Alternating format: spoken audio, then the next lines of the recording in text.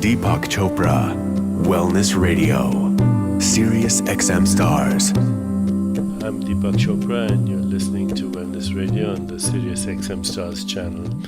And we're continuing our conversation with my new guest, who is here in the studio with me with a brand new book. It's called The Global Brand CEO, Building the Ultimate Marketing Machine. The author is Marc de Swaan Arons. Did I pronounce your name correctly? Almost. Marc de Swaan Arons. Marc de Swaan Arons. And he's co-written the book with? Frank Vandendriest. Frank Vandendriest. Once again, the book is The Global Brand CEO, Building the Ultimate Marketing Machine. So first of all, Marc, I teach a course in branding at the Kellogg Business School. I've been doing it as part of my Soul of Leadership book. Yes. And course for the last 10 years. I've always thought of brands as almost telling a story, that a good brand is a story that speaks to some need that a human being has. And the greatest brands are almost mythical stories. They're stories of magic and adventure and mystery, almost. And people will buy your product or your service, but in fact they're buying your story. Cultural anthropologists say that the best story always wins. Well, it's very interesting because we latch on to, I think, the same starting point, Deepak. What we've seen is that a lot of people are stepping back and saying, what's actually the purpose of my brand? Whether it's just because what you often see is as people grow into leadership roles, they don't reach the actual I'm in charge of this brand role. I don't think it's a coincidence until they are about 40, maybe a little earlier, maybe a little later. And I think that there is a real overlap there, that people on a personal level, but then professionally also, are saying, what am I doing with this brand? What difference does this brand make, or can it make? And if you go back, many brands used to be companies. If you think of some of the very biggest brands, let's take Sony for example, they started with one product and it was one company, and the brand was the company, and often it was the founders.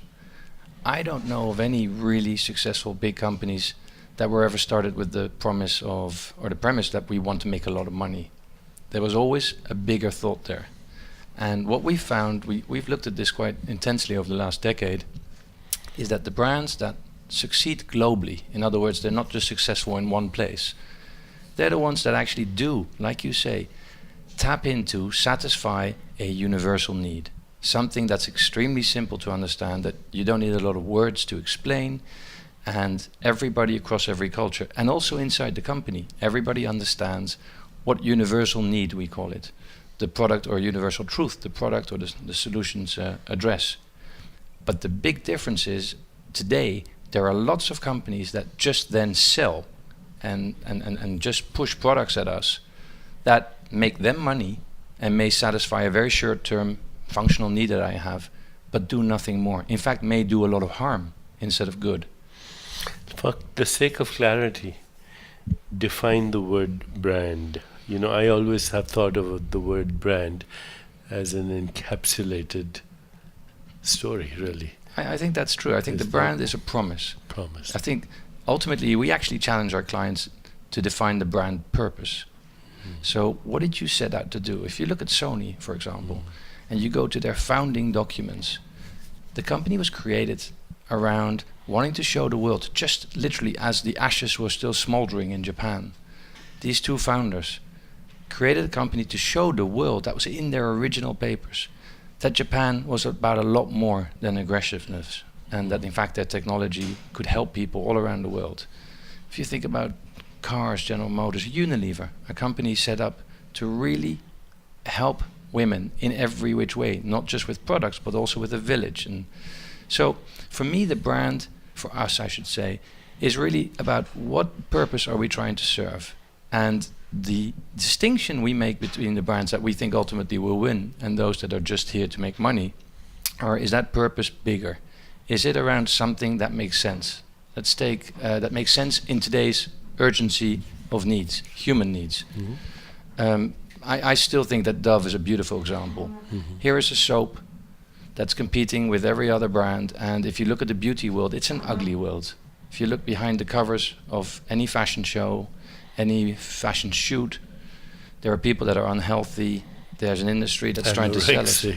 Exactly. Yeah, a lot of issues. What Dove discovered in their research was actually that works its way all the way down to young girls, of which over 70% at the age of, I think it was 10, were telling themselves they weren't beautiful.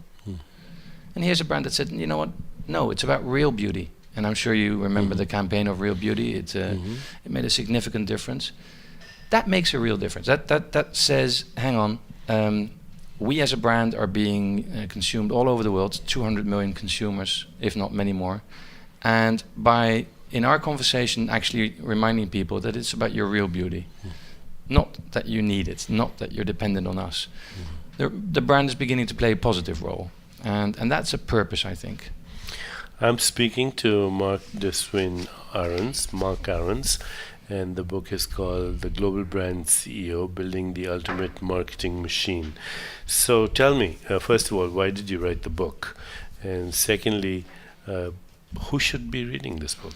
Well, and why? It's really written for anybody that's in a leadership role, and I think you will agree that we actually think that everybody's a leader, whether it's as a parent or as a friend or as a colleague. It's very specifically targeted at people that work in marketing, because that's literally millions of people these days, and we feel that those people have an enormous sense of responsibility, because they create a lot of communication, they create a lot of products that go all over the world. And it's written particularly for the people that are operating in a global environment. And more, we say now that every marketing person is actually competing against or working for a global brand. And just 10 years ago, that was very different. And what we see is that those people, they were good at marketing and they were promoted throughout the ranks, but suddenly they are a leader of a global network. And that's where some new lessons are really necessary. And those lessons, I think, probably translate across marketing and just about every other discipline. They are about a mindset of servant leadership, for example. Understanding that it's not about letting the ego speak and trying to be a Napoleon that knows everything, but actually finding a way to work with all the stakeholders across all the different countries, knowing full well that you don't know their market. But what you have to do is to bring across the purpose of the brand, to really explain the vision, and then empower them to make the translation to their country and say, well, then what we should be doing here is the following. I'm speaking to Marc Arons. He's an acknowledged thought leader in the burgeoning area of global marketing leadership. He's co-founder and chairman of Effective Brands, the global marketing consultants. Marc has worked directly with some of the world's most prominent chief marketing officers and global brand leaders. He's a frequent keynote speaker at business schools, companies, and industry conferences. His work has appeared in the general press and industry journals, including Forbes, Sprout, Advertising Age, Chief Marketer, Marketing Week, and Brand Week. The book, once again, is The Global Brand CEO, Building the Ultimate Marketing Machine. So Marc, when I think of brands, I think of products. I think of services like FedEx, for example, or whatever. And I also think of people as brands. Absolutely. When you, what do they all share in common? Well, this is actually, you've just put your finger on, I think, probably the most exciting part of marketing today. You could call it the social media space.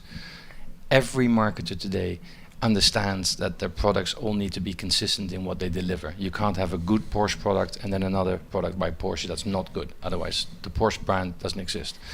But the fact that there were services that went with that, there were great companies. If you think about Nike, they really deliver what I would call experiences, total experiences, where you don't just buy the shoes, you now also buy the electronics that go with your iPhone so that you can monitor your own run. And on top of that, online, they have all these services so that when you go to a hotel in a new city, you can actually quickly see what people in that neighborhood like as a 5K run. And so also they've kind of, in a sense, sold the story of the African-American urban hero in many ways.